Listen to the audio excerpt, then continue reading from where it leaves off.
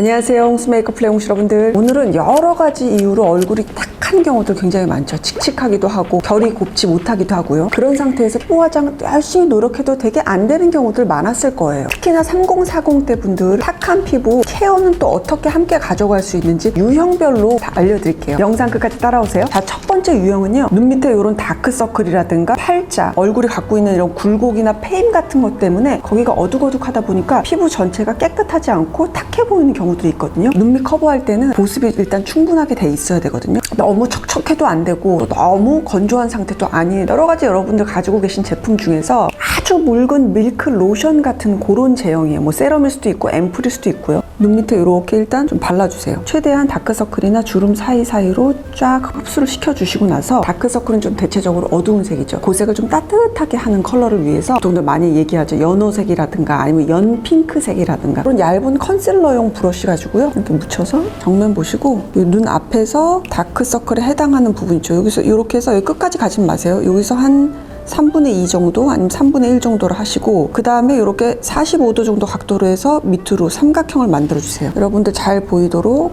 표시해 드릴게요.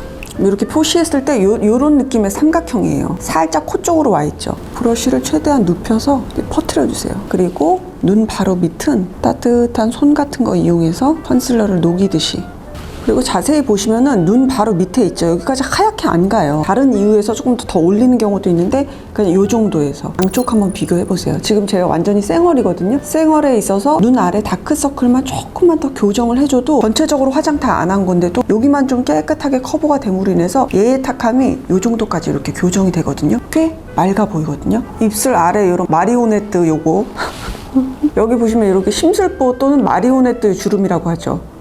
그래요. 홍이모도 이제 생기기 시작했어요. 여기도 같은 라인이 이렇게 있으니까 그 라인의 바로 위쪽 부분을 커버해 주시면 되는 거예요. 예를 들어서 그 마리오네트 선이 이만큼 있으면 그 위에, 그러면 이쪽이랑 이렇게 비교해 보였을 때 훨씬 낫죠.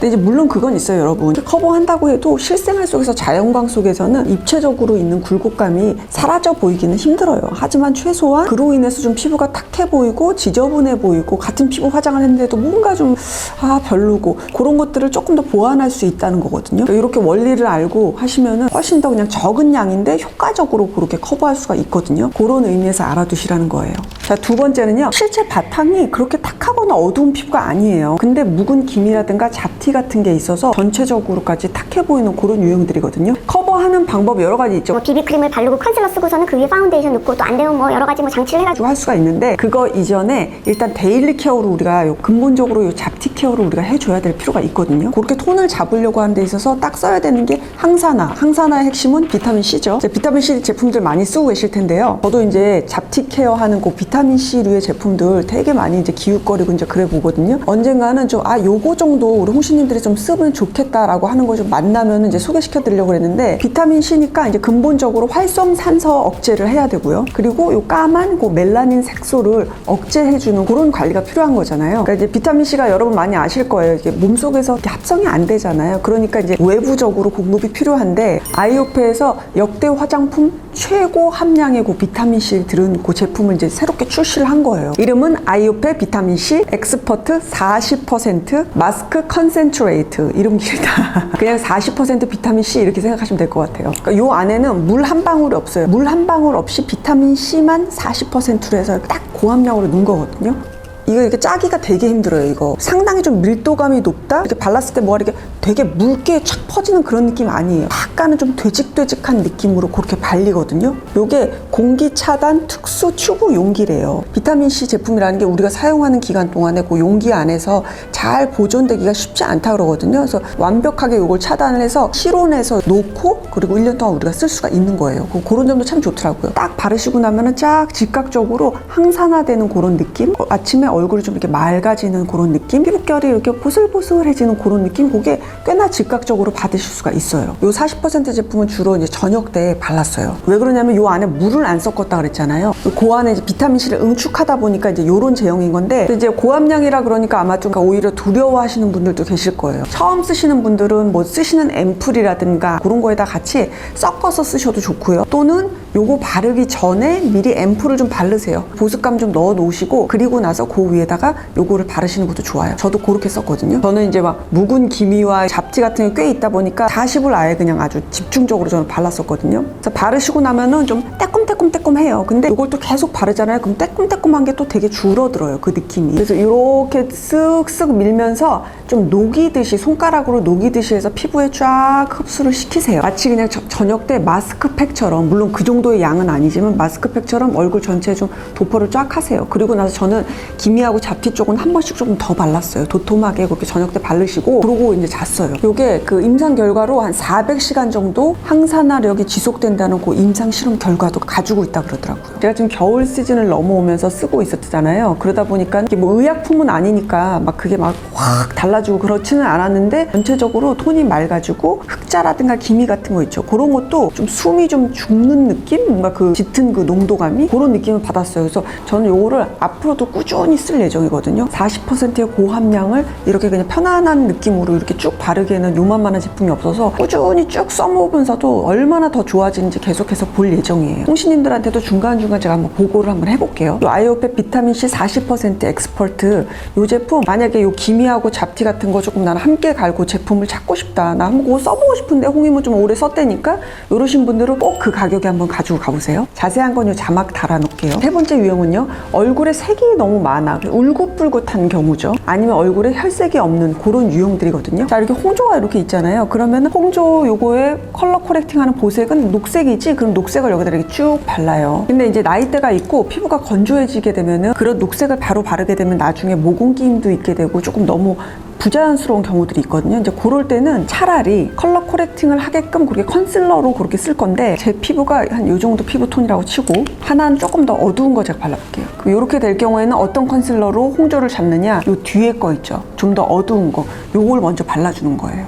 잘 보이라고 그냥 이렇게 많이 발랐어요. 홍조 위에다가 이렇게 그냥 턱 얹으세요. 얹고 나서 스펀지 이용해서 살짝 얘를 퍼트려주세요. 이때는 얇게 퍼트리는 게 아니고 홍조 위에 턱 덜러붙어 있게끔 조금만, 너무 많이 펴바를 필요 없어요. 이렇게 얹은 상태에서 그리고 나서 이제 내가 쓰는 쿠션 있죠. 보통은 좀 살짝 밝은 것들 많이 쓰시죠. 그거를 위에다 얹어주는 거예요. 약간은 조금 촉촉하던지 광채감이 있는 그런 쿠션을 올려주면 좋겠죠. 그리고 컨실러를 위에다 얹었기 때문에 최소한의 양으로만 위에다가 얹어주시면 돼요. 여러분 양쪽 비교해 보세요. 그러면은 홍조가 이 정도에서 이렇게까지 커버가 되거든요.